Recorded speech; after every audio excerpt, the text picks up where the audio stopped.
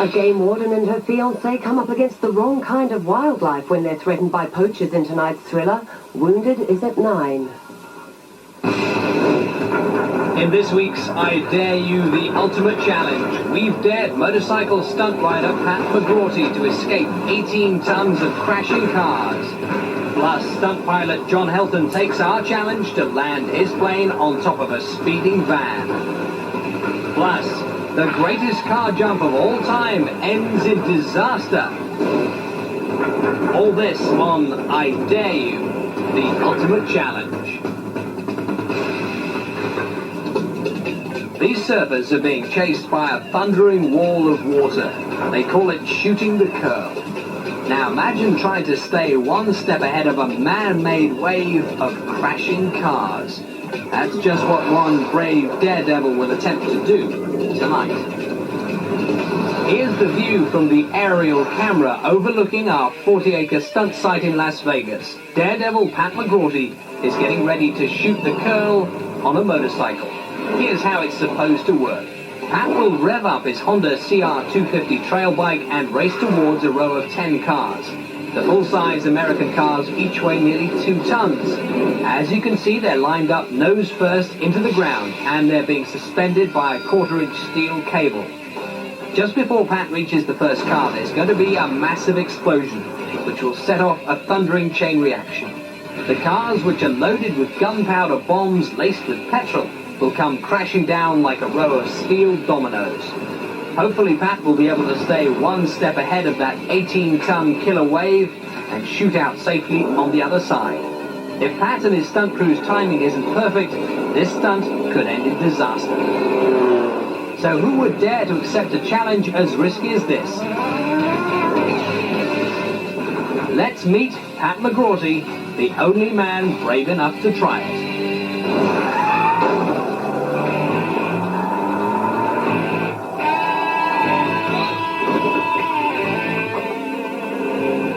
Hi, I'm Pat McGrorty, professional stuntman and coordinator.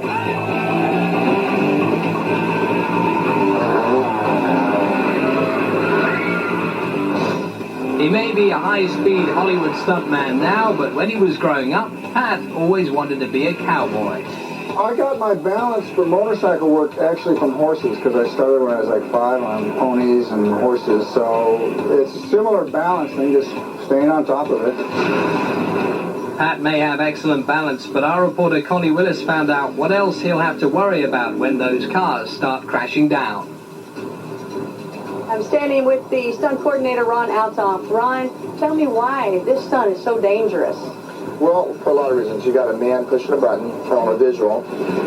It's got to be, perfect. Ron's job is to trigger the first explosion. This will set off a chain reaction of crashing cars. If his timing is off even by 1 second, Pat could be crushed beneath tons of unstoppable steel. You got 106 speed and you got to travel that in 3.5 seconds. You're talking about pushing the button to start the pyrotechnics. Once the button's pushed, it's not in our hands, it's in Pat's hands. And once Pat hits the gas, there's no turning back. We're getting closer to what hopefully won't be crunch time for Pat McGrorty. Right now, he's about to make his final timing test. There's Ron ready to detonate the explosive chain reaction. The cars will actually come crashing down on this practice run, but as a precaution, they won't be using any pyrotechnics, and Pat will be riding just outside the car's reach. Let's see. We're ready when you are, Ronnie. Call the action, buddy.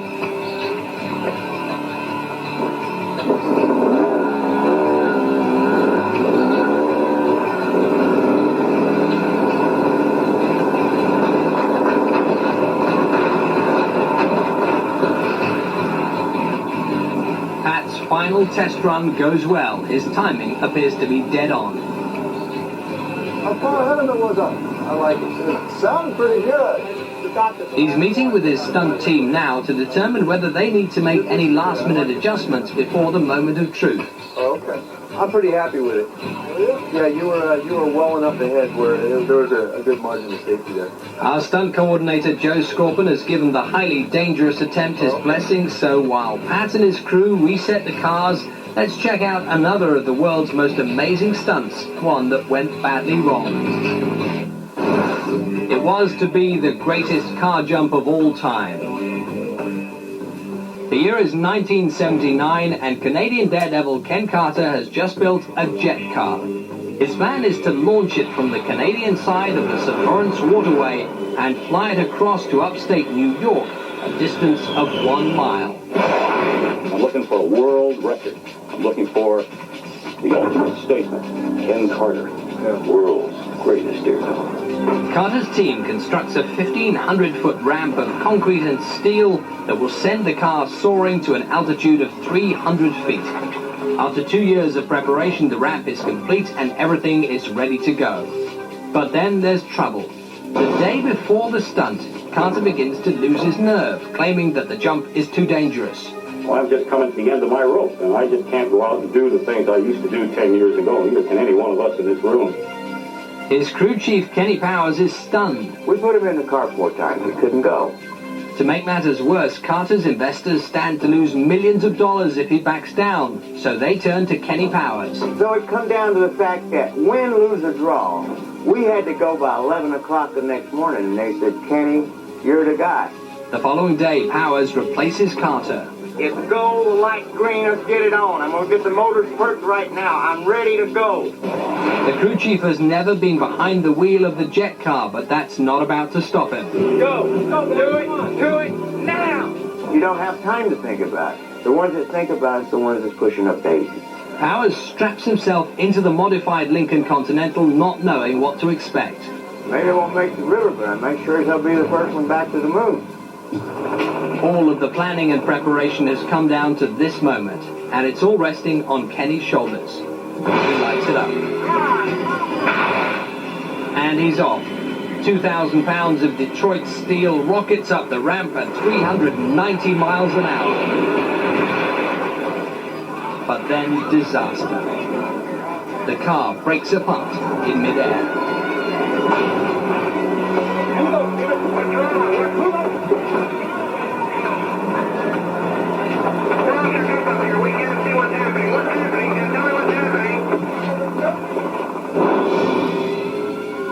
The jet car bursts from the starting line with tremendous force. When you hit the pedal, it's instant. It's not like you gain speed. You're running 400 right now. Boom! But as the car is thrust off the ramp, the speed is too intense. The body starts to break up. I know what goes up has to come down, and I'm seeing chutes blow off, and I'm thinking, are there any left? 5 of the car's 6 safety chutes are tangled in the wreckage and fail, but miraculously one opens. A piece of the fiberglass hit the thing and made it block.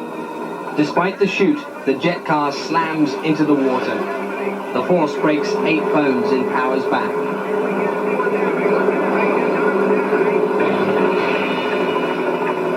But somehow he manages to escape the car before it's swept down the river. I've broken my back before and got up and walked, and doctors say you can't do it. Believe me, you're in the middle of a damn river and you're going to die, you do it. When emergency crews rescue Powers from the river, they discover the full extent of his injuries.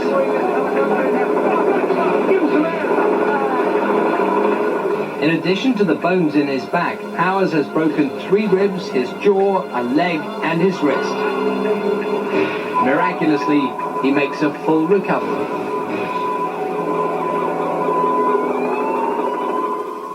"21 years later, Kenny Powers has no regrets about risking his life in this terrifying stunt. It hurt, and I laughed all the way to the hospital and then the bank. And although he didn't make it the first time, we dared him to try again. I have people all the time, would you do it again? In a heartbeat. But this time I do it right. I think it'd be the ultimate challenge.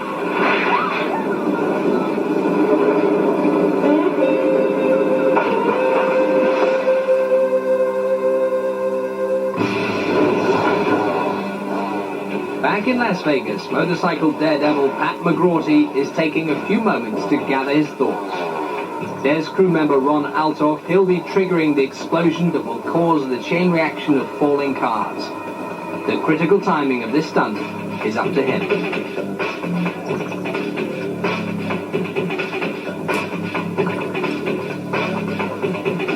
John is waiting for the starting signal.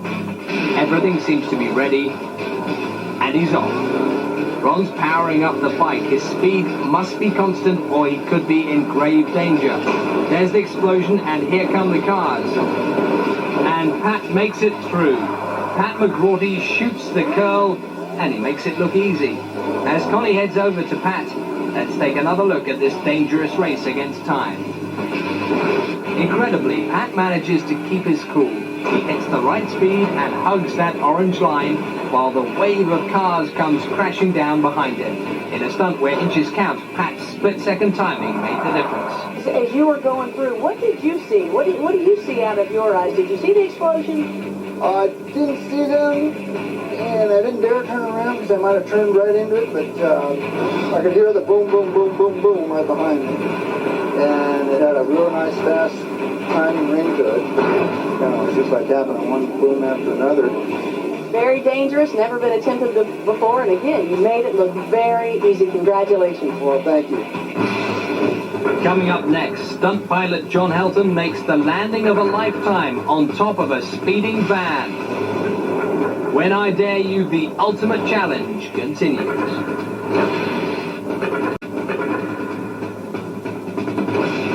Now let's head out to the El Dorado dry lake bed in the Mojave Desert, 20 miles outside Las Vegas. Fearless flyer John Helton is preparing to take on the ultimate aerial challenge. Here's what he's going to try to do. John will fly his 1941 Piper Cub dangerously close to the ground as a one-ton cargo van driven by Jim Shequin travels directly below him at 55 miles per hour. John will attempt to match Jim's ground speed and then incredibly land the plane on top of the speeding van. The vehicle has a custom landing pad, but it's only 8 feet long by 8 feet wide, with a smaller pad at the rear of the van for the plane's tail section. So this landing has to be perfect. Tyler Harcott has more. I want to show you something on top of this van. These are the wheel wells that the plane has to get the wheels into. The wells measure 10 inches wide and only 7 inches deep. So he has to get those wheels in there almost perfect. Who would try a stunt so incredibly dangerous? Let's meet aerial daredevil John Helton. As far back as he can remember, John has been fascinated with flying. Why did you get into flying? Was it always a passion that you wanted to get up in the air with the birds? Almost always, yes. I grew up in the country in North Carolina, and I watched the airplanes flying overhead. They were training for the big war at that time. And I always wanted to fly one, so as soon as I was 16, old enough to fly, I started flying. By the time he graduated from college, John had mastered several types of aircraft. He says that when he joined the Air Force in 1955, he could handle the training plane better than his instructor. Eventually, John advanced to supersonic fighter jets. He recalls how one flight nearly ended in disaster. I went right into a cloud, a big cloud, and I got disoriented in the cloud, and when I came out, I was going straight down at the earth. I dare say that's the most frightening experience of my life, and I came pretty close to the treetops pulling out. For nearly 30 years, John was a commercial airline pilot. During that time, he passed on his love of flying to his daughter, Janet. What are the maneuvers you'll do today? So start out with a 3-turn spin, and here's a 180-degree turn, and at 135 miles per hour, I'll finish up at a snap. In fact, Janet became the youngest pilot in the world at the age of 16. John trained his other daughter, Kathy, to fly as well. And it didn't stop there. He's continued his role as family flight instructor with Kathy's daughter, Carly. In fact, John has inspired his entire family to take to the skies. These days, John is retired, but he still loves to fly.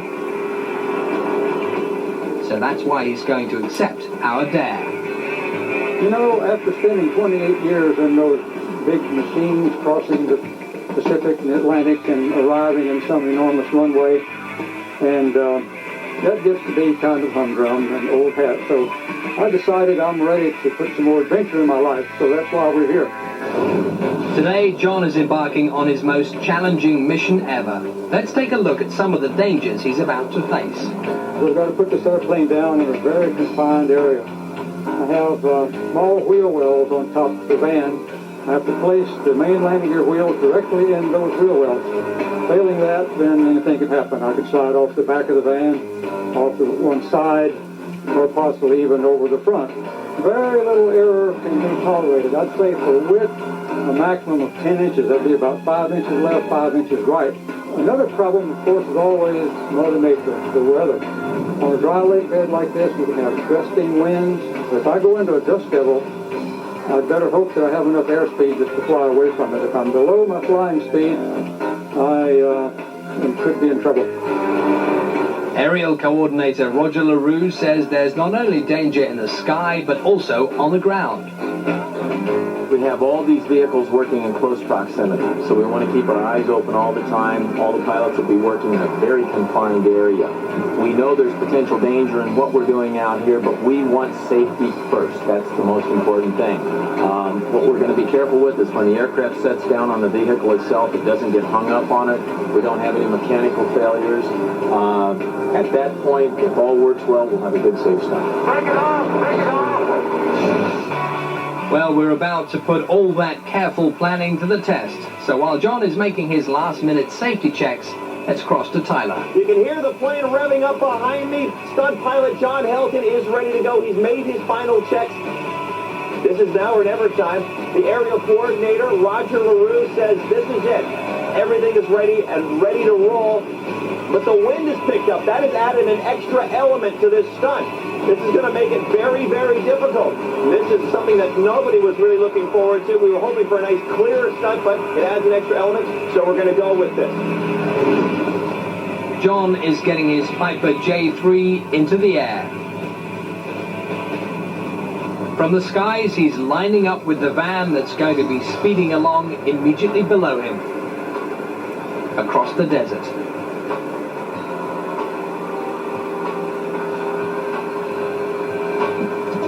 All right, John is closing in fast on the van. He said the one thing he never got to do in his military career was to land on an aircraft carrier. And today he's determined to land on what he's calling the world's smallest aircraft carrier, a 79 Chevy van. The wind is giving him a lot of trouble, though.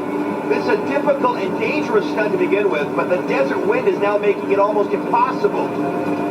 He's getting closer. Just look, touch and go here. He's almost on the van, but he's really getting tossed around. This is so dangerous. Take it away, break off, boys, break off. He is aborting, he's pulling away. I guess John was having just too much trouble fighting those powerful winds. We'll have to wait and see if he's going to try this again. All right, John, you were real close there, pal. Fighting nails a little bit. It looked real nice, though. Good try, guys. We'll wait until the dust clears and try it again. Roger, what particularly happened with that? Was it the wind? What happened? We have real bad gusts coming in. It's real bad. So with the gusts that's coming in, we're getting tossed everywhere is what we are. Roger, was it your decision to abort that, or was it John's, or a combination of both? It's a combination of both. When we saw that he gave it a real gallant effort right here at the very end, a little further than what we had planned on, but obviously it got a little touchy, so what we did was just bailed out. Is John ready to try this again? Is it something that he wants to give it another go? Yeah, we'll give it another shot, and hopefully we can get it in this time, okay? Here we go. You can hear it revving up behind us. Starting to pick up. Here comes John Helton just over top of us. Wow, that is unbelievable. The speed here and how you can just feel him coming over. We're going to take a look behind now and see if he can make the jump. Coming down now, but it still looks like he's having trouble with those fierce desert winds. They're really blowing him around now.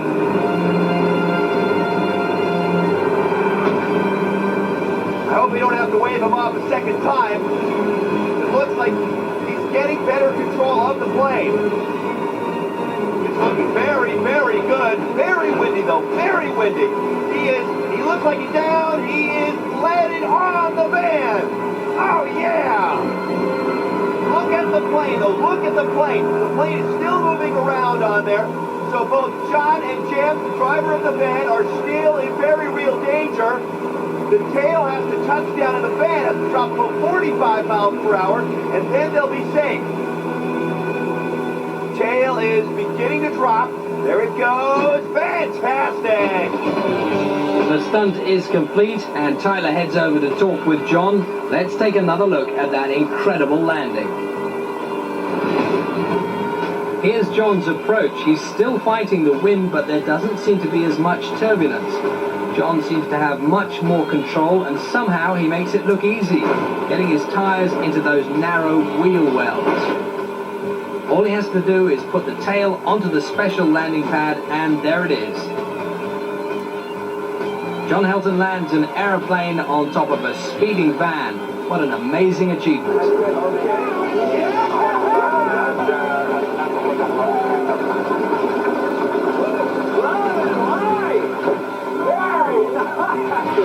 Good one, John. We get to come down here.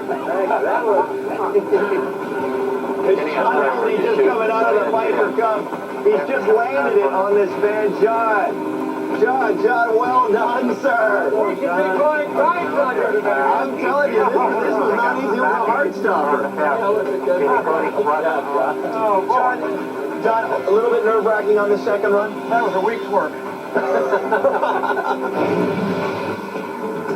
Imagine the nerves of steel that are required to maneuver that plane and line it up with such a small target. When you consider the target is speeding across the desert, the wind is blowing against him, and the dust is flying, there is no margin for error. Despite the odds that were against him, John pulled it off. Now you might be wondering how John's going to get the plane off the roof of the cargo van. Well, they do the whole thing in reverse. The van gets up to 45 miles per hour, the minimum speed for takeoff, and John goes up, up, and away.